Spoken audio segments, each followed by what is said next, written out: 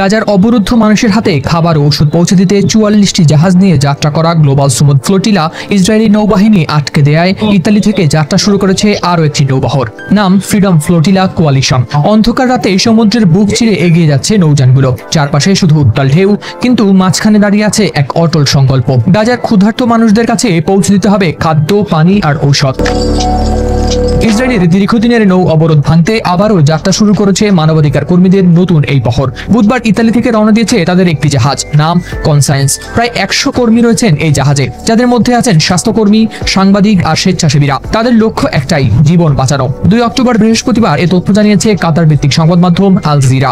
এর আগেই ইতালি থেকে যাত্রা করেছিল ৮টি জাহাজ। ফ্রিডম ফ্লোটিলার সর্বশেষ লাইভ ট্র্যাকারের তথ্য বলছে এখন ১১টি নৌযান থেমে আছে গ্রিসের ক্রিট উপকূলে। কর্মীদের আশঙ্কা, গাজার দিকে এগোলে ইসরায়েল নৌবাহিনী সেগুলোকেও আটকাবে।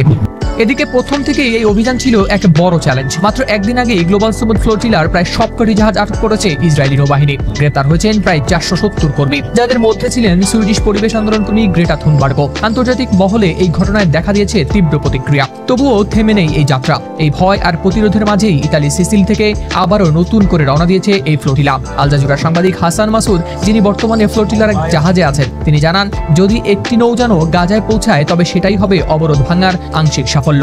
ইসরায়েল যে আন্তর্জাতিক মানবাধিকার আইন ও সামুদ্রিক আইন লঙ্ঘন করেছে সে বিষয়ে ইতিমধ্যে প্রমাণ সংগ্রহ করেছেন আইনজীবীরাও, যা দাখিল করা হবে জাতিসংঘের আন্তর্জাতিক আদালতে। সাগরের বুক জুড়ে তাই এখন একটাই দৃশ্য, আশা, আতঙ্ক আর প্রতিরোধের লড়াই। এই লড়াই কেবল খাদ্য বা ঔষধ পৌঁছানো নয়, বরং একটি মানবিক বার্তা। অবরোধ যত শক্তই হোক, মানবতার ডাক কখনো থেমে থাকে না।